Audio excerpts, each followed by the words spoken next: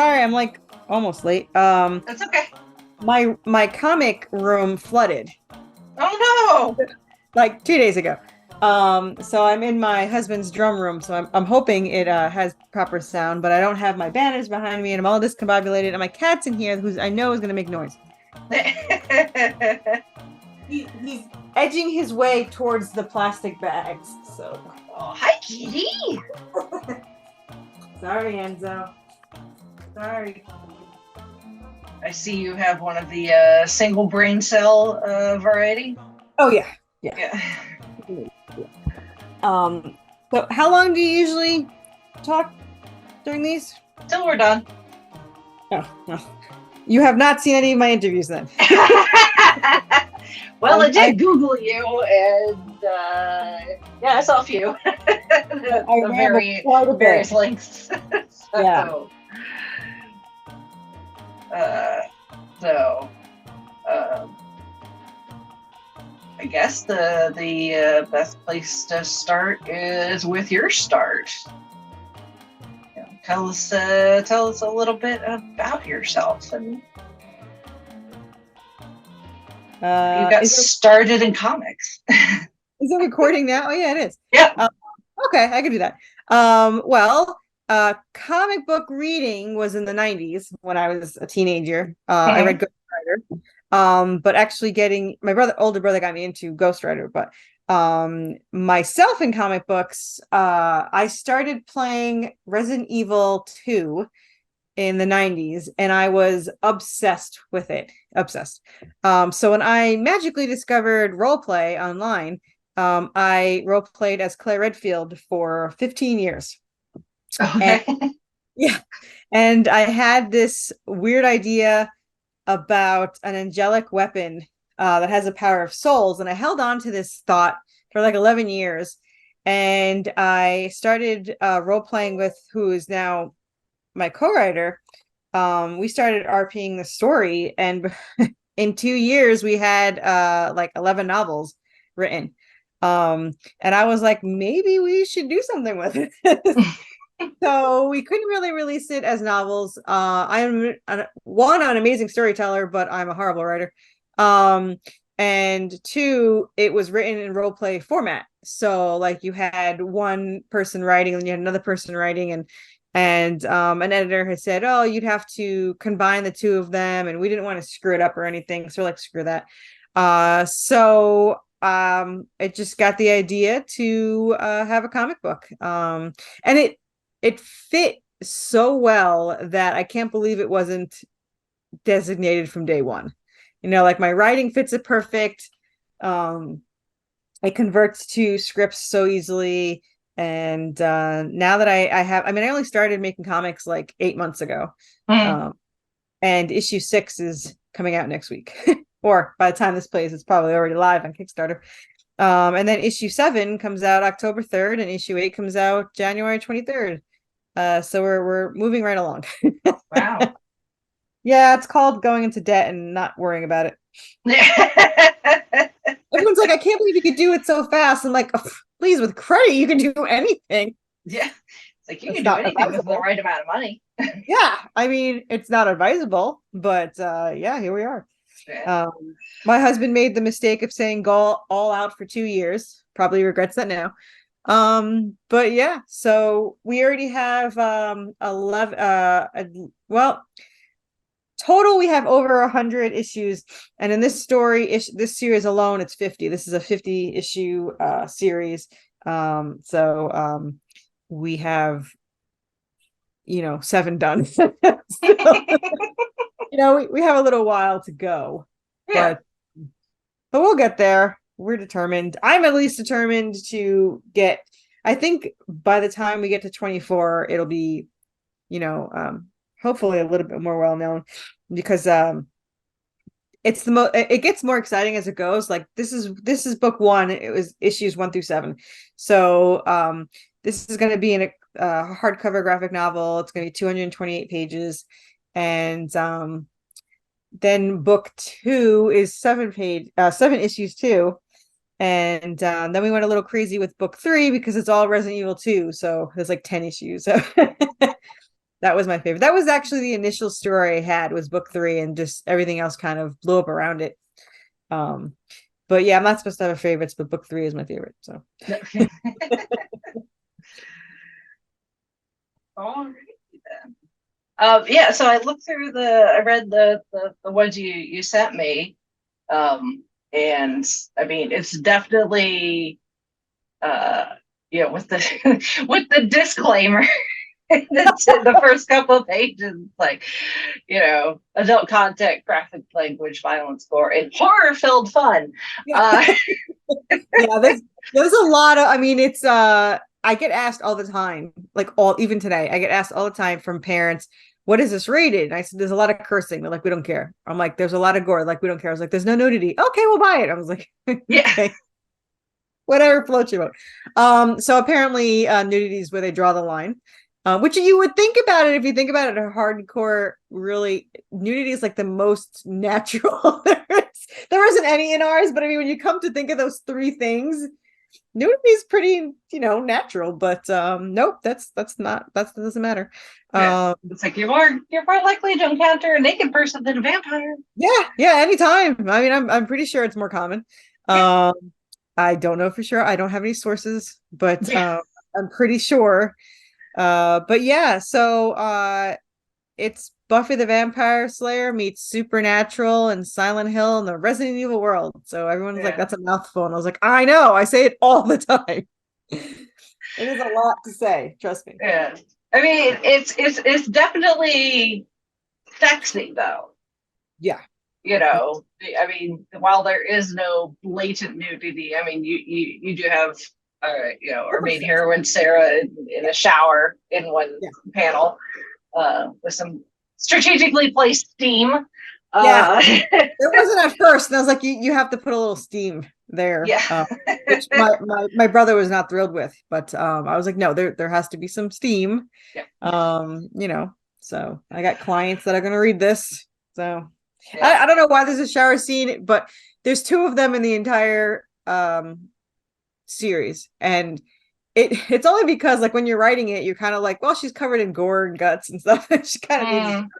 And in the next book, she's taking a shower because she got slimed or something all over her. And while she's in the shower, she gets attacked by zombies. So she's like, fighting zombies in a towel. I was like, this is nudity, but I mean, that's pretty damn sexy. So Yeah. Well, and after she takes said shower, she does not put on practical clothing. well, it was supposed to be a date, and it did not work that way. Yeah. And I did not pick that outfit. My artist did. He goes, can she wear anything? I was like, I suppose. He's like, all right. So he puts her in a dress, and then for like the next until issue But 7. she's a hunter by trade. You think that Yeah. that she would always be dressed at least Practical. somewhat practically. When you watch Buffy the Vampire Slayer, she's always wearing heels. And I always said, why doesn't she wear stilettos? So she always has a stake on her no matter where she goes. That's right? true. If you're gonna wear the heels anyway, you might as well get stilettos and then but no. Yeah. Of course, there's also the fact that they all the vampires in that turn to dust, but so do their clothes. So I mean, I guess you can't be too logical, but yeah. Well, and at least she's not, we can't, I don't think anybody can say that you're, exploiting your female character that way, because the one female vampire that we're introduced to, she's like wearing like lingerie. Yeah. Yeah, but yeah, everyone else can be sexy, but Sierra has to, like, I got in a fight at some con because this guy was like, oh, I can help you sell him. Your main character has to be nude on the cover. I was like, never gonna happen. He's like, just make her topless. I was like, it's never gonna happen.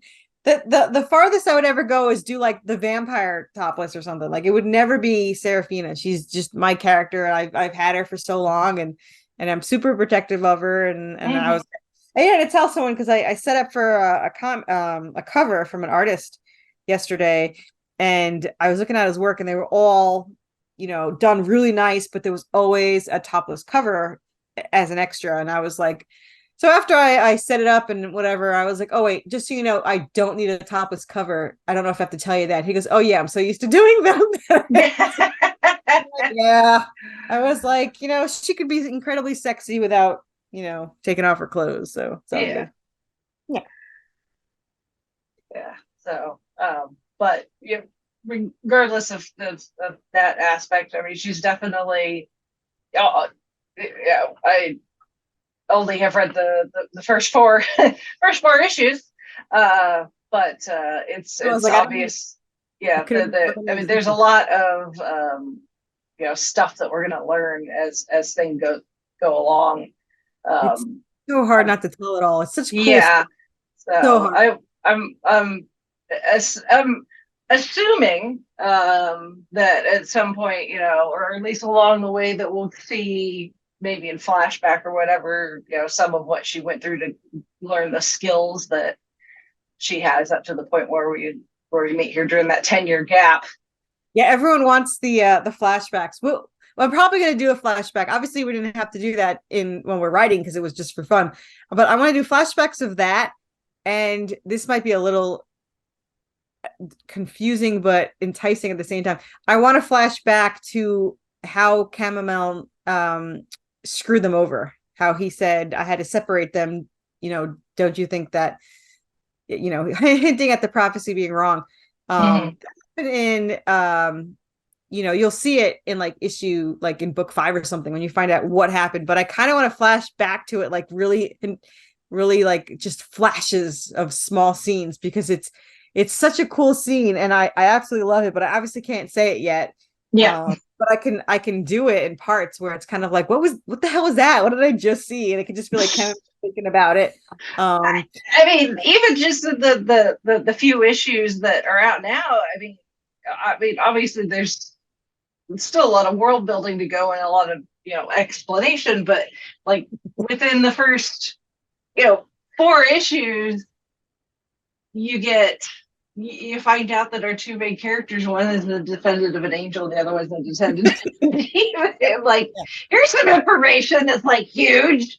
Yeah. Uh, Yeah, they just toss it out like it's nothing. And it's really funny because when we originally wrote it, again, we were role players, so we knew that fact. So that actually wasn't in the original writing. I added the fathers, like they're later on in the series, but I added the fathers in early for kind of like that exposition to be like, oh, by the way, they're not human. It's like, yeah, it's a little more interesting than them just being some humans that walk around killing things. So there's more to it. But yeah, in issue 7, you find out a lot. And it actually, I had my friend read it. She's like, it answers a lot.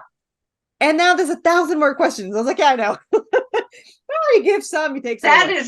is a good indicator Yeah. of good writing. Yeah. That happens quite a lot in stuff that we review sometimes. Where they're like, "Oh, thank you for answering all these questions. Now I have 5 million more Yeah. that I'd Yeah. like for you to answer." Yeah. Yeah. And then we're stuck waiting. There's a lot of hit, like, there's a lot of like the whole are they in town? Why is Anubis still looking for them? It's all these little, and I actually, after you read 7, you're going to have to go back and read them again. Cause you're like, oh, that's why that was that, it's kind of like, why are they doing it this way? Or why are they saying this? I always put things in there for a reason. And a lot of people don't know, obviously, a lot of the details. Like in issue 1, this it's pretty obvious, but some people still missed it. If you look at, how when you wake up in a movie, then the person wakes up or they're doing something and they turn on the TV and it's an exposition of what's going to happen. Mm-hmm. So I kind of joked about that when she woke up and she turned on the TV. It's exactly what she needed to hear. But if you look on the back of the TV, it's not plugged in. It's unplugged. And then Yeah, it's I because noticed that. you're like one of like 100 that have noticed, like nobody's noticed it. And Yeah. then it's the angel. He's the one and he hints at it in the next page where he says you're going there anyway. And she's like, how the hell do you know where I'm going? So it hints at little things, but yeah, a lot of people haven't noticed the TV, and I was like, you have to notice the TV. Did you notice so there's an Easter egg in every issue from either a horror game, movie, or urban legend or something. Did you notice any they're very easy to miss. Like issue 1 is the crocodile in the sewer. It's on the first page that they're on, the same Oh page. no, I didn't notice Yeah. that. So there's that. I'll have to admit that my knowledge when it comes to horror and stuff is kind of limited. So some Easter eggs might go over my head. Yeah. Well, the crocodile or the alligator in the sewer, That was actually like I'm telling everyone it's the urban legend. Yeah. But what it actually is from is the reason why I originally bought Resident Evil 2 was there's a commercial where the crocodile comes out of the sewer to bite Leon, and that's why I bought it. For some reason, it was these 4 seconds of commercial. So it's kind of a callback to why if it wasn't for the crocodile I saw, I might never be writing and might not ever be in debt. There's little things like that. But it's worth it. I mean, it's really cool to see the comics and drawn out, to see the characters on the page, and I absolutely love my artist. It took like thousands of dollars and months to find him, and he just does it so perfectly. And normally we don't have, like, he'll just send me pages and I'm like, it's gorgeous, and we move on. And then like randomly, like out of 100 pages, there'll be like one where there'll be like 100 things that need to be fixed, like back, like this is what, like I'll never address anything. And there'll be this one page that I always call it the cursed page. There's been 2 so far, which isn't bad considering there's 7 issues. But it was just like either he didn't understand what I was saying, and it seems blatantly obvious to me, Yeah. or he's just not understanding. And it's just like it's super simple. It's just this, and he wasn't getting it. So there's been 2 cursed pages, and then there was another page in issue 1 where I don't know if you remember when she's about to get hit by the car. For whatever reason, there was like 1,000 things, but we didn't find it until we fixed one thing, and like, oh, this one needs to be fixed now. And then he changed that. And I'm like, no, this, it was like literally like 9 changes, and I'm just like, I haven't needed one change ever, and this is like all of this. So it's a little frustrating. Not his fault. It's just Mm-hmm. to explain things, and he speaks English, but it's just hard. And I think English is his second language, but he reads and speaks it very well. But it'll just be like a random thing where he's like, I'm not getting it. And I was like, it seems so simple to me. I'm trying to figure out how to say it in a way, especially after doing 100 pages. Actually, I've written more than 100 pages because they're like, let's see, 28 to 38 pages each. So yeah, we've already passed 100 pages. So I guess 2 out of 100 and something isn't bad. Say so. Not bad. It's all right. Hey, Yeah. nothing's ever gonna be perfect, because if it did, then everybody would do it. Yeah. Well, I'm one of the incredibly naive people that were like, I'm going to make a comic. How are you going to be? Yeah. It's a moron. Yeah. Go figure. I mean, if you want to make a good comic, it's one of those things where it's like, yeah, like in theory, anybody could be an artist, but do you want to be a good artist? Yeah. Like, you want to put in the work. So Yeah. The art, this is his first paid job, by the way. And oh wow. he gets better every issue. But I'm so glad, because that hopefully gives him a sense of loyalty that even when I can't, up his pay as much as other people, maybe he'll still stick around. He swears he'll stick around. And in fact, the other day he was upset because I told him that he probably can't do the spinoff. And he's like, why not? I was like, because there's 50 issues for this one. It'll take you like 7 years to do it. But I mean, hey, if I wait the 7 years, then again, series 2 will be started. It's already got 5 issues in, and in the next 7 years, I'm probably going to write 7 more books for it. So maybe we'll do the spinoff. We'll let you know. But we did, there's also 45 issues to complete the spinoff. And what the spinoff is, if to explain the beginning, so you see them in the beginning, they're having a dream about their teenagers and they're about to run away together. But instead, a demon comes and kills her parents and goes after her. And she calls Draven and says, don't come to the house, which is literally the first thing he does is go to the house. Mm-hmm. She jumps out the back window. He goes in the front door, slips on her blood, calls her name. She turns around and gets hit by a car, and he gets arrested for the murder. So for 10 years, they're separated. They think each other's dead. And the spinoff is, what if they ran away before that happened? So if they ran away before the murder, now there are these 2 teenagers with no assassin training. Okay, that's my dog. So in the redemption, he gets 10 years of assassin training. She got, like you said, 10 years of supernatural training.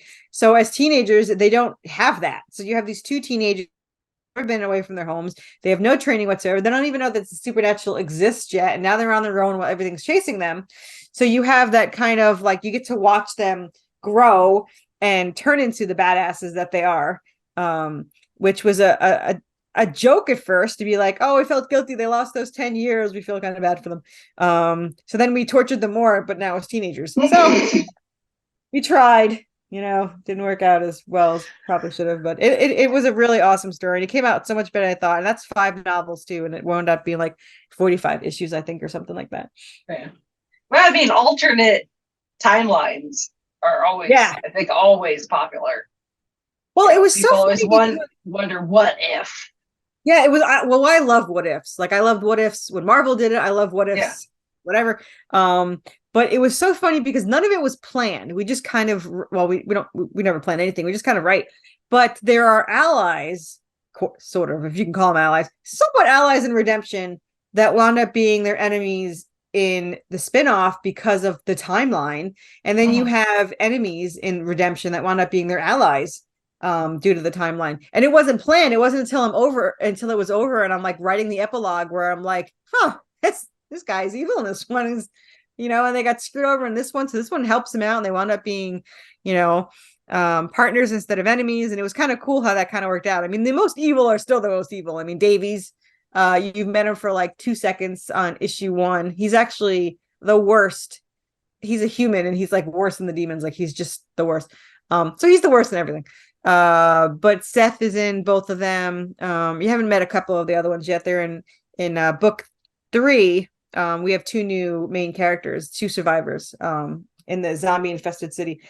So they're actually in the whole book 3 and half of book 4, and they're also in the spinoff, but their personalities are so different because it's 10 years, a lot happens in 10 years apparently. So yeah, the what if is kind of cool. So probably we want to release that eventually, we're hoping, preferably by my artist, but like I said, he's got 7 years, so yeah. We'll see. Well, you did do a Kickstarter for the first 5 issues, and that was appears to have been a successful campaign. So I'm hoping it stays that way. Yeah, I mean, your goal was 1,000, and you raised 3,600. So yeah. I'm hoping, like, if it keeps making around this much, then I won't have any problem keep making them.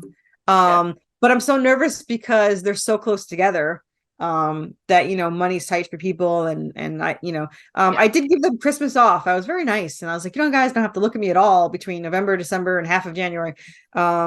So they have that 3-month break, but my artist is so fast and he's getting busier. So my thought process was, to do as many as I could right away so that I can get ahead, so that if he gets kind of backlogged with, popular and he goes slower, I could still kind of keep up. Ideally, money-wise, every 3 months would be ideal. But I have so many. So if I was to do that, it would be like 4 or 5 a year instead of 7, which doesn't sound like a lot until you're like, 7 years, 10 years. So we'll see how it goes, but he is getting more popular, but he was mine first. So I'm hoping he'll be able to keep, he gets out an issue in like 8 weeks. So, and he does it all. He does the sketching, the inking, the coloring, the lettering. He does it all. I'm completely spoiled. Like I can never hire anyone ever again because it'll never be the same. Yeah. So, I'm like, it was so funny because I don't know if you've ever seen RoboCop, but he posted this poor guy died and they made him return back to work, and I wrote on the bottom, I was like, that is me to you, like you're coming back and you're going to be doing the art. So that's just the way it goes. So, yeah. That's funny. So obviously, your influences, like you said, with Buffy and Supernatural and Resident Evil. Do you have other interests outside of like kind of the horror, or are you fans of other kind of genres? Or I don't think there's a life outside my story yet. Not really. It's mostly, I like adventure, like The Mummy. Well, I guess it's actually kind of a horror too, but The Mummy with Brendan Fraser is one of my favorite movies.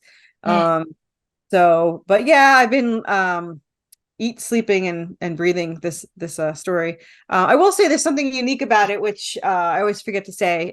So as I mentioned, my co-writer, but it's a little bit more than that, because so I write the story and I write everything Serafina, all her thoughts, actions, and speech.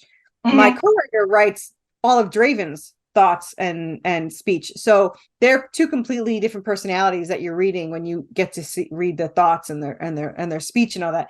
So because someone was like, oh, they seem like totally two different people. You did a really good job. I was like, I am not that good of a writer. They are two different people. So you do have that unique personality. Like Serafina is like me. She talks way more than she thinks, and Draven thinks way more than he talks.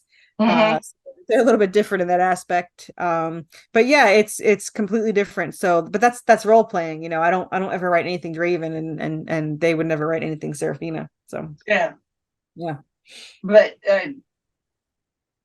I'm assuming that there's still discussions that occur between the two of you to make sure you're on the same page as far as the plot and Yeah, everything. So that I still mean, makes sense. pretty much how it pretty much works is we will discuss ideas now and then. We have a general direction usually, but so I write the chapter and I send it to my co-writer, and then my co-writer writes the same chapter but writes the reaction of Draven. So like my character will talk to Draven in my chapter, but I won't obviously get an answer until my co-writer sends it back. So when my co-writer sends back her chapter, then I get to read Draven's thoughts while he was doing certain things, or Draven's speech, how he answers her and everything. And then when I do the comic book, I kind of combine them. We Oh. did pass the 1 million word mark like 3 weeks ago, so there's that. That's a lot of words. It is a lot of words, and just the two stories put together. So eventually it's going to be 3 series. It's going to be Damnation is the prequel, which is going to show how the weapon was created, how it turned into Serafina, how Draven was created to go after her, and it's going to show that. And then we have Redemption, which is, and by the way, if anyone searches Kickstarter, do not search Redemption. Trust me. Search Worthy Chaos. Just Worthy Chaos is all you need, and we're the only thing that pops up. Redemption will give you like 700. Did not think that through, but I'm glad Worthy Chaos was a good name to use. And then we have the spinoff that's Salvation. So eventually it's going to be 3 series. But yeah, right now we're focusing on Redemption. And so far, so good. That makes sense. So it's just that's an interesting process that you've come up with. That hey, if it works for you, then why not? Yeah, one of the creators was like, "Oh, I would never write 3 issues ahead." I was like, "I wrote 100, but it was not intentional. Like it was just it was only in 2 years, 2.5 years, almost three. September 21st will be our 3 years together. And Halloween will be my 1 year in comics. So getting there. Nice. Yeah. Yeah. I can't Yeah, wait. when you start out creating something, usually you don't have any sort of intention. Well, it's the way when we started our podcast, it was just something that the bunch of us wanted to do. And 9+ years later, and over 400 episodes, it's like, oh yeah, I guess we have made a few things. Terabytes of data,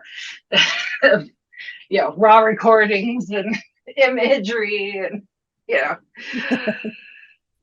stuff made for merchandise, and designs and video from events and stuff. It's like, oh yeah, I guess we have been kind of busy.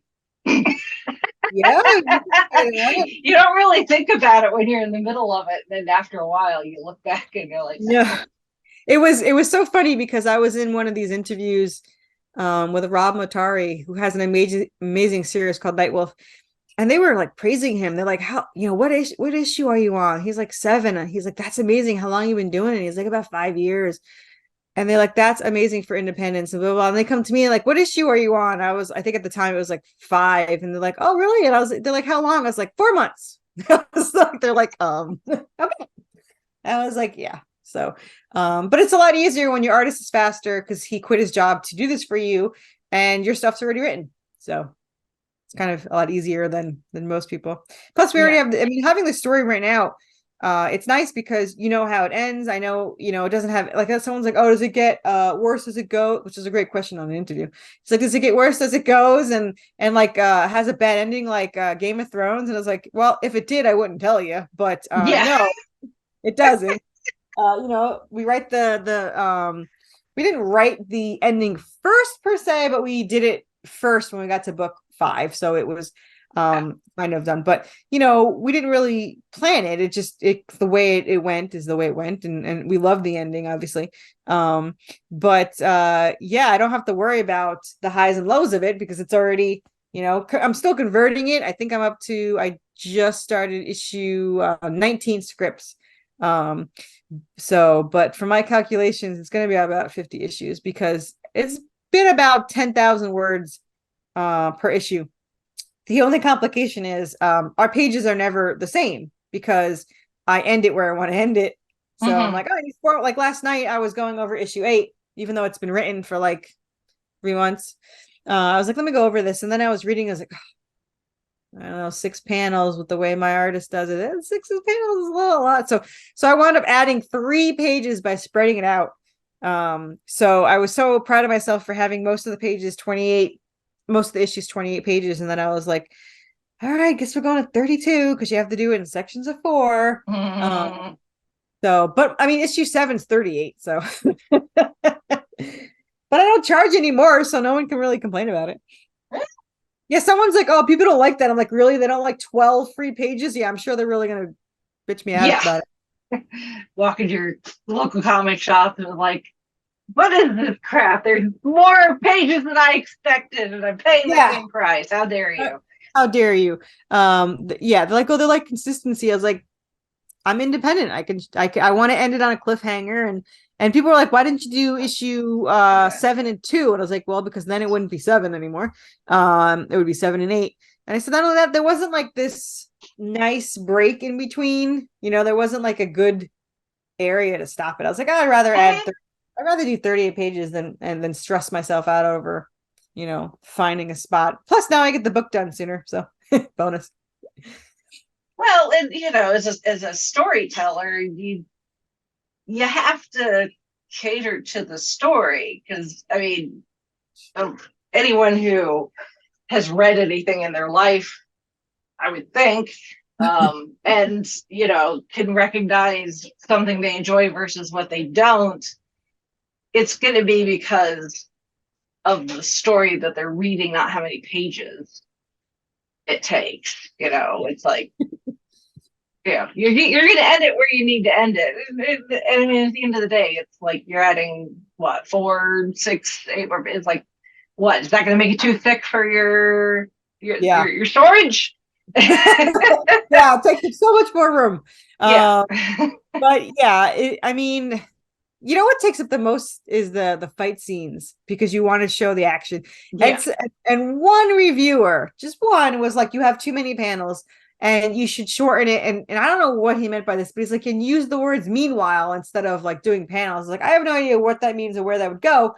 But we get praised a lot for the panel work. He's like, well, it's not a movie. You don't have to show every action. I was like, no, but now it's like a movie comic novel. I mean, it's got all the aspects of it. We have thought bubbles, like the thinking. Like when you read it, my favorite part about reading a novel was to get into their heads. Like I watch a movie and then I'll go and read the book because I want to get that, thought process. What they think. So now you have that because the old comic books did have, thought bubbles, but they were generally exposition so that you knew what was going on and what was going to happen or something. And that's not what it is. It's actual getting in their heads.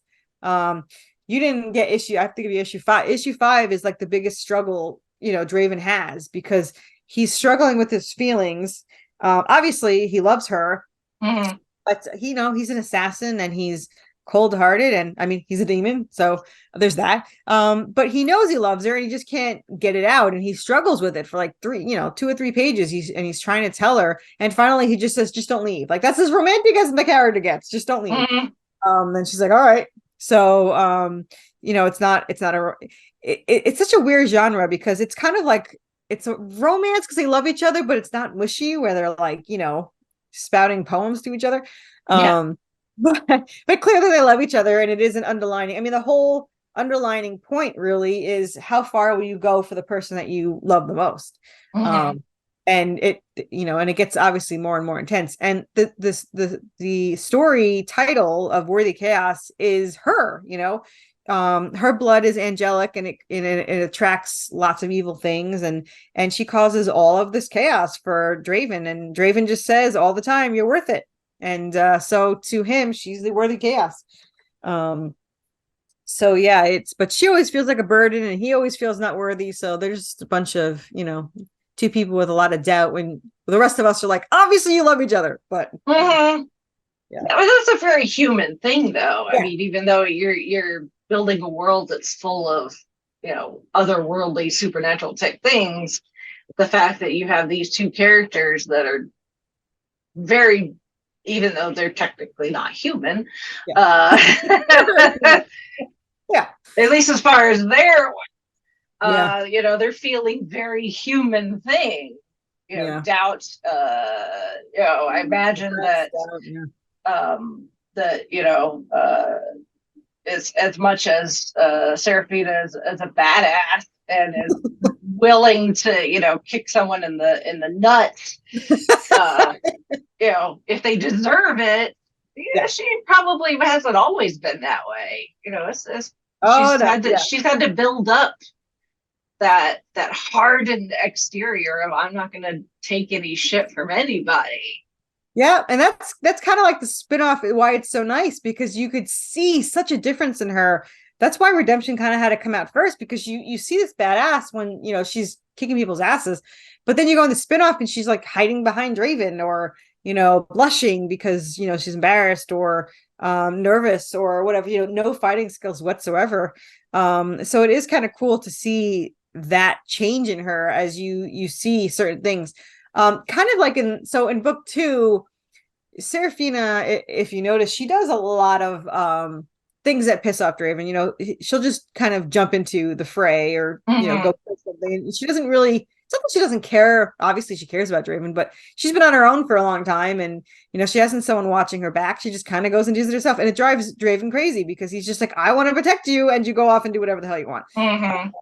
There's this one turning point in book 2 where she's almost killed by a maniac, and Draven like destroys the guy, like totally destroys him to get him away from her. And it kind of is like not a switch per se, but it's kind of like she kind of starts to let him go first now and then, not always. Mm-hmm. She gives him that, all right, fine, you go check out the room, and I'll be right behind you. And it kind of compromises it. She still does the stupidest things just to protect him, or to do what she has to do. But Yeah. you do see that she does bow a little bit to him, to let him kind of be the hero once in a while. But she's just such a badass. She's never going to completely stop being a badass. So, Oh no. I mean, yeah. at the end of the day, she is who she is, and Yeah. Draven is who he is, and Yeah. Yeah. Someone said it was kind of, they liked the fact that she was a badass, but he wasn't a wuss. I mean, he is also a badass. I mean, the two of oh them. yeah, yeah. When they get in the bar fight, Yeah. yeah, Yeah. yeah. So someone said to me, they were, he was being a jerk, but he's just like, he's one of my best friends, but he's like, oh, they're fighting so tough in the bar, and they're not getting hurt at all. I was like, okay, you have to understand, the beginning fight is to show you that they're a badass. So when they get their ass beat by vampires, you can see that it's not because they're not strong, they're fighters, but that the vampires are so much stronger than them. Yeah. So I mean, obviously they could fight, they have skills, they can kick ass, but I mean, against a vampire, these specific vampires, there's nothing they can really do about it. Mm. So it's kind of cool that it starts with a fight and ends with a fight, and they just have totally different outcomes. Yeah, yeah, because it's all about the abilities, the matchup. If you're quote pseudo humans fighting other humans, then you can expect it to. But but these guys are not completely human, so yeah, I guess actual humans, they're gonna have a leg up Yeah. versus a potential supernatural Yeah. who, and And especially when you get into with these supernatural entities, vampires or mummies or zombies or whatever, when things like science and logic kind of go out the window. Yeah, yeah, They defy what we'd expect a human to be able to do. So, exactly. Yeah. that gives them in some cases an advantage. One of my favorite book series is the Dresden Files. I hear that a lot. And yeah, and I mean, there's vampires play a big part in it, and depending on the type of vampire, they all have their own different abilities. Yeah, So we you're actually have ours is a little bit unique. It wasn't intentional. It was just I so when you watch any kind of vampire, almost any movie and show, the vampire bleeds. And I always had to be the stupid logical one, like, oh, the heart didn't beat. How do they're. So for mine, I wanted to be, even though it's a supernatural creature, I wanted one small bit of reality. So their heartbeats, the clotters, the subspecies clotters, which is what this group is, they their heart beats every 6 hours. So it's just enough to keep off rigor mortis, which gives them very thick clotted blood. Now there's benefits to it, and there's obviously negatives to it. The benefit is it makes them stronger, faster, and all that. The downside is they need to feed the clotters need to feed directly on a human, or they start to deteriorate like a vampire or like a zombie. So they can't feed from a blood bag like a regular vampire could, or from an animal. It has to be a human because of the protein content. Now, the problem is with our vampires, they have their consciousness. They're not like Buffy's. They don't lose their souls. So when a vampire is first made into a clotter, or humans first made into a clotter, they have to take that conscious decision. I'm going to take this human's life so I live. And a lot of them don't do that. So to keep the subspecies going and to make it stronger, they would only turn incredibly ruthless people. So sociopaths, murderers, anything they can get in their hands on. So they're a much more ruthless group of vampires than normal. However, they also have this very annoying trait that if they taste your blood or bite you, and if they don't kill you and you get away, they can track you down like a homing beacon anywhere you go. And if you kill one of them, the entire nest will come after you. And garlic doesn't keep them away. You don't have to invite them into your house. And even sun doesn't deter them. Though normally they stay out, they stay in the shadows, which is mythology in the beginning. They did not fear the sun. They just stayed out of it. It didn't kill them. So ours only go out into it when they want revenge, and they can do whatever they want. And so we have that. So, the clotters, they have a little bit more ruthlessness to them. So the only way to really kill them is generally fire, but it takes too long. So decapitation is the number one way to kill our clotters. Yeah. When in doubt, cut off the head. Right? It only fails when it's what is it, a hydra? Yeah, exactly. So we've all seen Shaun of the Dead. Aim for the head. That was my favorite movie. Yeah. I love that, and Mummy, and Wrong Turn. Those are my 3 go-to movies. Nice. Very nice. Good old Brendan Fraser. Yeah. Fellow Hoosier. Yeah. I can watch it over and over again. It's my comfort movie. Yeah. He's a hometown boy done good. Absolutely. So. He's the kind of guy. It's like the perfect hero. It's the perfect guy, Yeah. So it's really funny because like when he started to become like noticeable again, and of course then he won the Oscar earlier this year, and I'm all like, yeah, he's from here. He's from Indiana. We got something. Can we claim him instead of some of the more obnoxious people? Like, yes, like it's Indiana. We could claim Brendan Fraser and actually Doug Jones,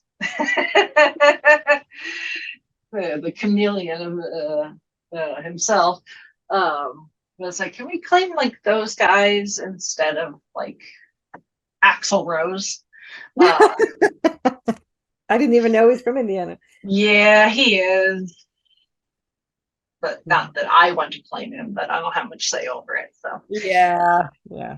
I'll just keep keep claiming Brandon There Fraser. you go. That's all that matters. Yeah. Um,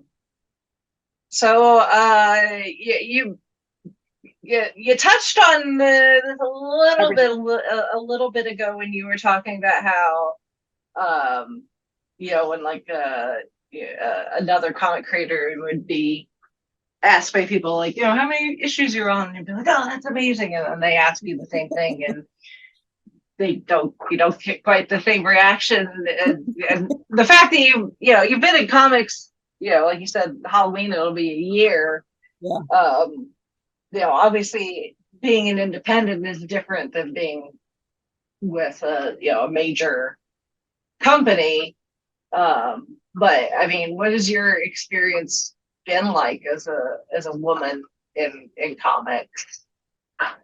The first 2 months, I did not tell anyone I was a woman because I was worried that they would look down on it because it's horror. Mm-hmm. And I've heard that they don't look at women in horror as like, they do. Mm-hmm. So I didn't tell anybody, and I was on Twitter as Worthy Chaos, and I got called, a bro and son, and and dude's pretty generic, so I'm okay with dude. Mm-hmm. Didn't really bother me with son, but I let it go because I didn't want to tell anyone I was a girl. And then I met Lori from Path of the Pale Rider, and she does horror and she kicks ass. And I was like, oh. And she's like, you got to get seen. You got to go in videos. I was like, but then they'll know I'm a girl. And don't tell me. Mm-hmm. She's like, trust me. Don't worry about it. You just go kick ass and do your interviews. And I was terrified to do interviews. And now I've done like 80 something. And I'm still terrified. But Yeah. yeah. Yeah. But yeah, after meeting her and her kick-ass comic, I was like, all right, why not? And I'm glad I did because I think it's the interviews that I've done that help, get my story out there and bring people to my Kickstarter and bring on the readers and stuff. And that's what I need. I need people to come read them because I have a lot of faith in the story. I just need people to read it. Yeah. Yeah, I mean, and as a fellow female creator, it is one of the things that I've discovered since we started our nonprofit last year, and in the process of doing research, because our focus with the nonprofit is to cultivate a healthier environment for female creators, in spaces like this, comic book writers and artists and authors and stuff like that, in these very genre specific fields. Because I mean, it's hard enough as a woman everywhere as it is, and then you get into some of these very genre specific spheres, and the gatekeeping is just obnoxious. I have a story for you. Yeah. Three three guys that help. So I had one though. I mean, we've made peace since then, but Mm-hmm. on the air with 6 people, also on the panel live with an audience. He opens up my Kickstarter, which of course I'm new, and he had to scroll for like, I kid you not, like 15 seconds. Like this was not a big deal. But it was the story. The story is in a synopsis at the beginning. It's like 10 seconds, and then there's pictures. For 20 minutes straight, he badmouthed the whole Kickstarter, saying how dumb it was and how the pictures have to be first and how I should have known better. And it was like 20 minutes. So much so that afterwards he got all these bad reviews and comments on there, which was very touching. They're like, you can't speak to Corissa that way, or she didn't deserve it. And my card is like, you look like you really wanted to say something. I was like, listen, if I said anything negative, it would come back to me, not him. Mm-hmm. I'm the one that was the Karen, or the one, that was, too sensitive or something. As this guy badmouths my story for about 20 minutes straight. So I held my tongue, but I did do one sarcastic remark. I told him, I'm sorry, you can't read, but I mean, most of us can read. That's why we got the comic book. But yeah, it was very uncomfortable. And afterwards, he went apologizing, but it still was a fake, kind of not the most sincere apology. He was like, I was just trying to help, right? I was like, two things. One, there's a time and a place to help. And two, literally all he said was, try putting the pictures first. It's 4 seconds. It doesn't sound bad. And, you didn't have to tell me off for 20 seconds, for 20 minutes. But I met some cool people through that because they actually came to me afterwards, like, "Oh, come on my show, and we won't do that to you." And I was like, "Oh, famous last words." But yeah, generally the guys have been really supportive. But there's always the ones that are like, Oh yeah, yeah, yeah, I yeah. mean, I had two other ones where, so a Marvel artist had done a topless cover for me, and I was debating back. It wasn't my character; it was a female. It was the female vampire, and I was going back and forth on whether I should use it or not. And the three guys were like, "Oh, it'll make people disrespect you, and you really shouldn't do that." And I wound up not using it. However, it is a secret add-on in the add-on. But it was just every guy creator has these topless covers, and I had one tasteful topless with roses, and it was like, "Oh, you can't do that, oh, you shouldn't do that," and whatever. I was like, all right, well, technically out of the two of us, I have more rights to be a topless cover than you, but I've got the goods, so technically, I know more about the topless than you do. Mm-hmm. But yeah, I wound up not using it. It's in the add-ons for, just because it was a free cover from an artist, Marvel artist. But it was tasteful. It wasn't personally, women naked is an art, it's always been, and barely anyone wants to see a guy naked. Yeah, There's like what, the David? Is that the only one? yeah. Um but yeah, so I didn't, I don't want to rely on the toplessness for the art, whatever. But it was just the all these guys descending on me, like telling me that it would lower the value of my story, and I was like, not really. um but yeah, I get mansplained a lot. Yeah, so. Unfortunately, that does not surprise me. And Uh, funny about that is, and I'm not bragging, I really am not bragging. However, two of the ones that were mansplaining to me, one who had every right, he made a lot more than me, but the other two, actually, their last two Kickstarter, all their Kickstarters made half as much as mine. So, and I kind of called him out on it because he wouldn't shut up about it. And I kind of was like, you know what? My Kickstarter made twice as much as yours 3 times in a row. So, as much as I always want advice, mhm, and I appreciate all the advice, don't argue with me when I tell you I'm not going to take it. Uh, mhm. you know, like just simple little things. They're just like, "Oh, you can't do that." And I was like, "Well, it's funny because I did it in the last 3 campaigns and it worked." So they all hate my merch. I've been called the queen of merch. That, I you don't mean, even have that much merch, at no, least at the moment. I mean, no. what's I listed have like, on the website? It's like you've got yeah. the plushies and I guess I don't like the the plushies, but I love. So everyone's like, "Oh, the men are why do you have so many plushies? Why do you have so much merch?" And I was like, "Because I wanted it, so I bought it." And then yeah, selling it to somebody else makes it tax deductible. So best hobby ever. So yeah. but a lot of people seem to like the merch. I do have new ones for each campaign, and but it gives them something. I stand out a little bit more because I have plushies that a lot of people don't, and I have handmade statues and stuff like that. I have 3D statues, so I Mhm. bought it because I wanted it. So that's it. It's not really for other people. If they want it, they can buy it. Yeah. Yeah. Oh, So, and I love, I love merch. I yeah. just, this past weekend was Gen Con, and you know, every other booth I stopped at, and even the big, like, from the very small companies to the big gaming companies. Obviously their game is what they're trying to push the most, but at the same time, it's like we've got pins, we've got stickers, we've got keychains, we've got clothing items you could buy, and a lot of people are go absolutely bonkers. I love stickers. Yeah, I've become like I a have a sticker friend. fiend. Oh yeah, we have a ton of stickers. We have several plushies now because for book one, I was adding one new one. So like I have obviously Anubis. This campaign, issue 6, has our first skeleton bird. And then we still have the zombie merman plushie. So yeah. And we all, we don't make a lot of them, they're all handmade. I have someone that makes them, and they're unique and they're cool and they're limited, and yeah, I like them. Mhm. But I got But told by the one guy that's like, oh, you gotta stop with the merch. It's like, what is it? Why does it bother you? Like, it has nothing to do with you. You don't have to buy it. It's right. it's a higher tier. No one's making you buy it. And almost every campaign I've sold at least one of the higher tiers. So I don't see the problem. It only becomes a big Hmm. ship it.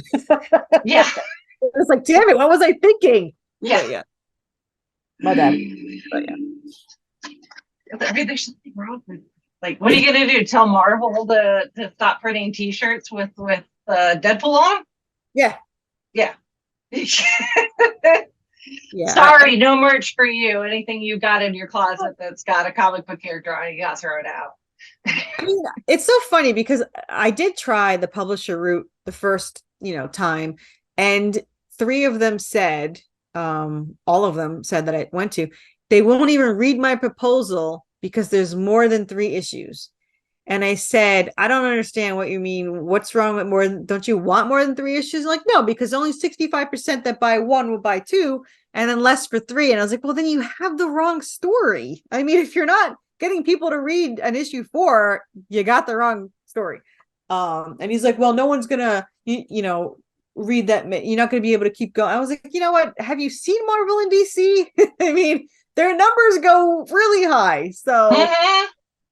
I'm like, I would hate. I mean, I'm not gonna say I hate people that have the 3 issues. There's nothing wrong with 3 issues, and it's nice. But when you fall in love with the characters, you kind of want more. I mean, Mhm. we had 3 issues, 3 episodes in a show. I'd be like, what the hell? Like, I Yeah. want more. So, yeah. So we'll see. We'll see how it goes. I'm gonna do my best to get them all out. Well, here's hoping, because I mean, at the very least, it's always good to see uh something out there made by someone who's very obviously very passionate about the story that they're telling, and especially as a woman. Yeah.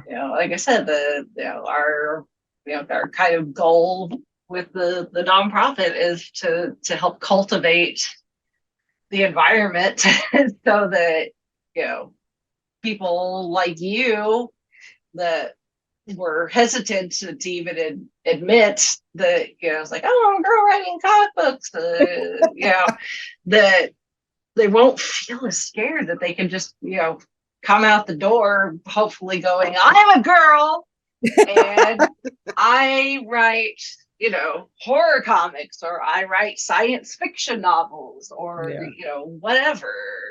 That's um, in my research. And I've ended up developing an entire panel presentation for this, and it's about the lost women authors of science fiction from the 1920s to the 1960s, uh, during the height of the pulp era. That somehow history like erased all these women. That they'd become convinced that there were, and if there were, they were writing under pseudonyms, which some of them were, but not as many as you think. And there were lots of women writing under their own names. They were editing, they were doing artwork. I mean, the first depiction of Conan the Barbarian in a pulp novel was done by a woman. I did not know. That's Yeah, pretty cool. yeah. So it's we can't. Uh, those women have unfortunately been buried, and trying our best to make sure they don't get lost. And we can't let that happen with the current generation either. 50 years from now, hopefully, your name's not going to disappear into the ether somewhere. I'm hoping not. I'm pretty loud, so I'm hoping that that keeps it going. But yeah, it's Yeah. tricky.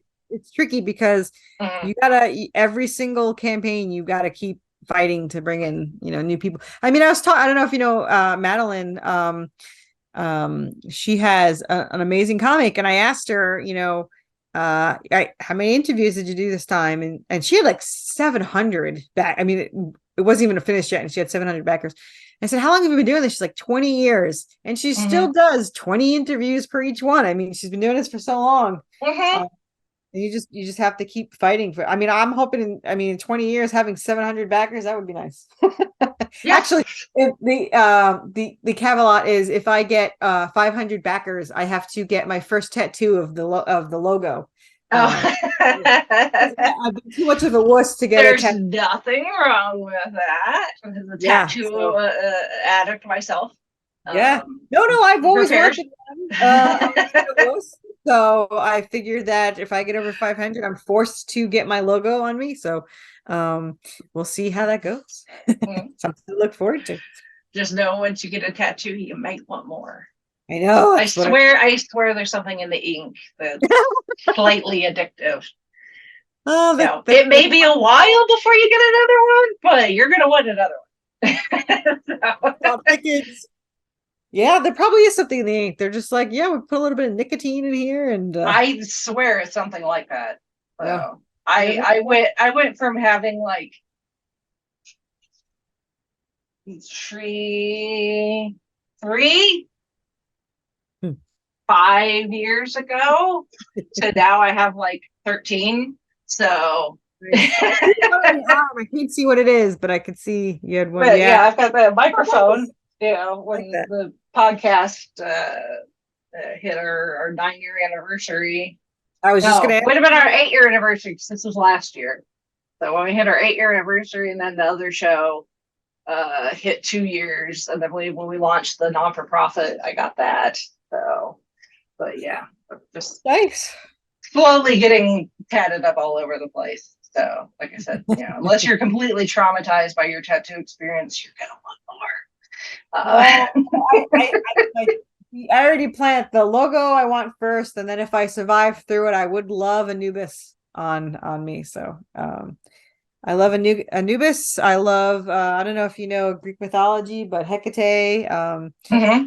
Hecate and Hades is in the spinoff series two, and probably in the series two for Redemption. They actually team up with Anubis to is that food? Where's mine? Yes, it is. She wants Um, hers. yeah, backs it over, man. Yeah. Uh, but yeah, so I mean, I love Greek mythology and I love that. So I actually have them teaming up with my characters to fight against heaven and earth, heaven and hell together. Mhm. But like I'm looking forward to all these things, and I'm like, it's like 5 years in the future. I can't, I got to get through these 50 issues, so 43 more to go. So Yeah. yeah, we just Just got a the few. almost yeah, we just got I got the black and white version of seven, and it's so good. I know I'm biased, but it was so good. I mean, my You're artist allowed to went be biased on your own stuff. right. They're all good, but I mean, he just upped his like skill level. He sent me all the sketches this time and first, and then he inked them, and I just got 9 colored pages today, and I was like, they're so gorgeous.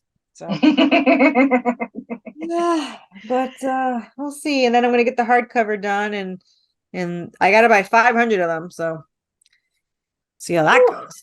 Yeah. Yeah. But you save so like it's literally pretty much by buying 500, it's the same price for the if I bought 200. Like it's just Oh, yeah. it's like Yeah. barely anything extra, and you're just like that's how they plan it, you know. Yeah. I can't in good conscience get 200 when it's the same price to get 500. Yeah. And then it's the soft cover was a tiny bit cheaper than the hardcover. I was like, well, I might as well get the hardcover. So whatever. Yeah, it makes sense. So do you uh have plans to like go out to conventions and stuff to push it or I've done a couple conventions and I positively hate them. No, they're not I for everybody. Yeah. Well, I like going to them. I don't like having a table. And I love talking about my comic. It obviously I never shut the hell Mhm. up, but I don't like calling people over to my table. I don't like talking over all the noise. I don't like not being able to stop talking about it when I can clearly tell they don't want it. Mhm. Generally 99% of the time, if they come to my table or I can get them over, they buy it. Mhm. But there was like two people in the last 6 cons I did. So it's not that bad, but there's two people that I was in the middle of the spiel. Like they came over on their own. They asked me a question and I was in the middle of answering it, but you can automatically tell that they'd rather be somewhere else. Like, Mhm. and you can't stop talking because you're already in the middle of explaining it. And you can't be like, okay, you know what? Never mind, go away. Like it's not Yeah. generally looked well upon but that was one person in particular, and then another person they were okay with it, but I was like, I know you're not really gonna buy it. But you asked, so here I am talking about it. And then I was shocked by a couple that I was like positive they wouldn't buy it, and they were like, "Oh, I'll buy all three," and I was like, "Okay." I'm lazy. I only bring three. Yeah. So I have to say, my best con was Nashville. I made $350. And that was amazing. It paid for the table, it paid for half the hotel, and we just like to stay in hotels. Mhm. We didn't mind anyway staying in the hotel. But yeah, that was a good one. Lexington was the worst one. However, it looks like the most exciting one to be at. So next year I'm gonna go. But like I couldn't even talk. Like it was so crowded.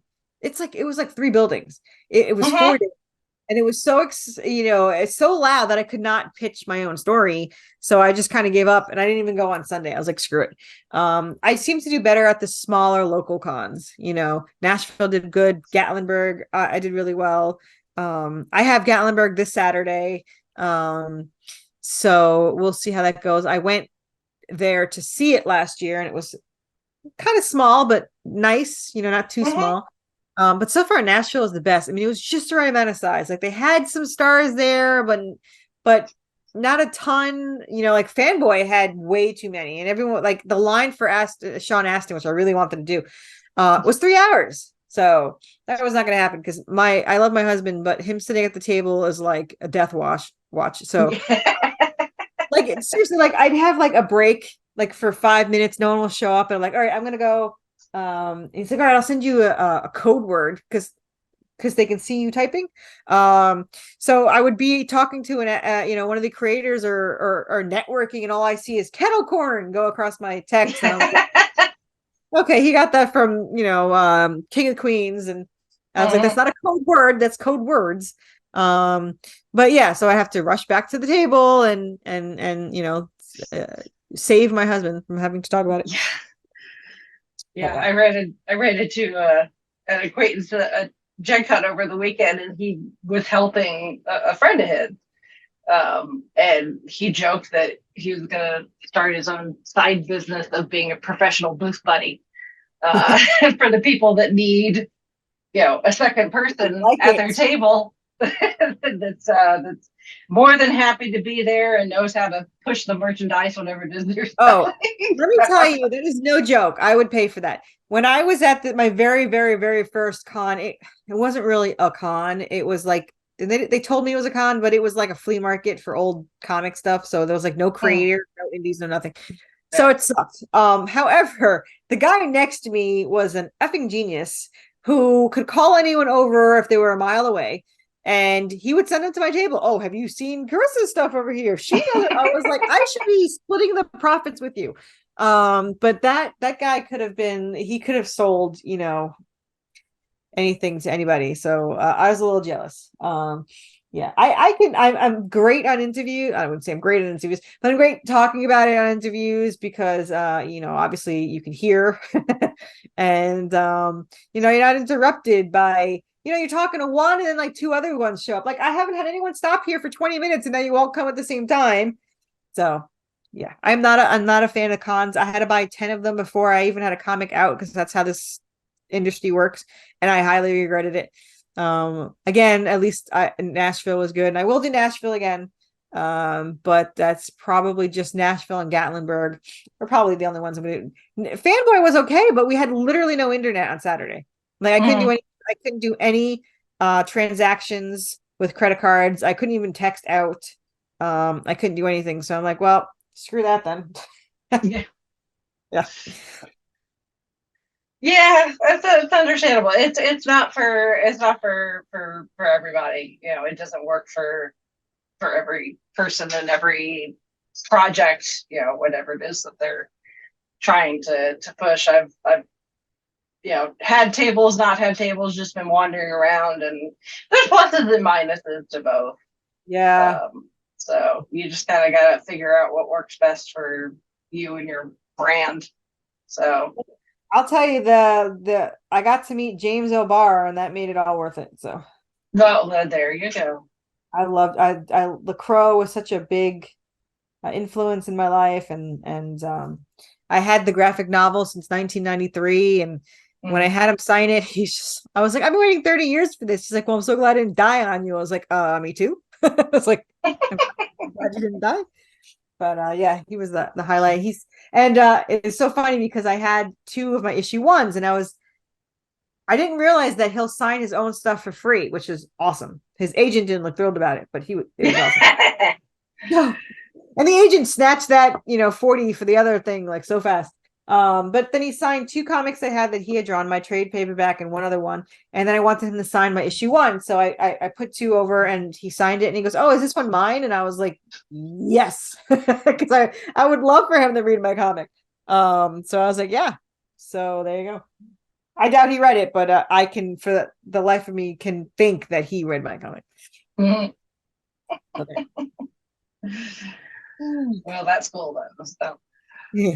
um, I guess we can start Yeah. wrapping up here, especially considering I have my dinner sitting next to me, and I it was is gonna say, dinner time.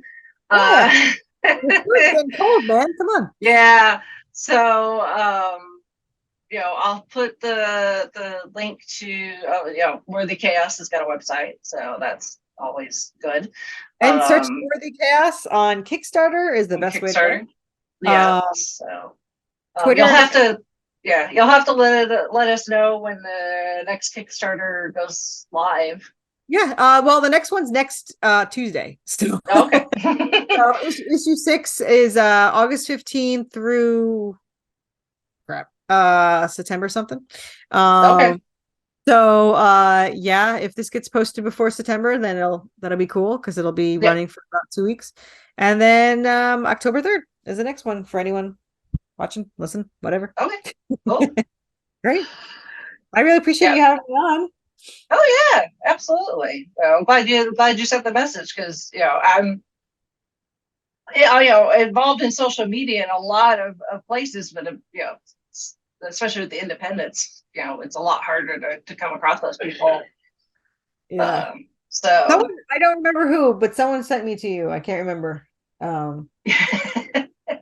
I probably should have remembered that. But yeah, they said you liked Supernatural, I think. yeah, And I was like, oh, all right then. Maybe she'll like my comic. So there you go. yeah, yeah. There's a few of us that are Supernatural fans, so we Sure. had thoughts with the series finale. Yes, we all did. I've actually met them all, and I've actually gone on a cruise with Misha for 5 hours. Um, Nice. and I sat on Gabriel Loki's lap while I bought people's drinks. And Very nice. I actually found my pictures yesterday out because we were cleaning up after the flood. I was like, oh, my pictures. Bobby is like taller. I'm like up to Bobby's nipples. He's like super tall, Oh and yeah. he doesn't look it. But anyway, go eat your food, and Yes. thanks for reading my comic and for having me on. And all Oh, that. absolutely. Yeah. Absolutely. All Thank right. you. Thank you. Bye bye. Bye.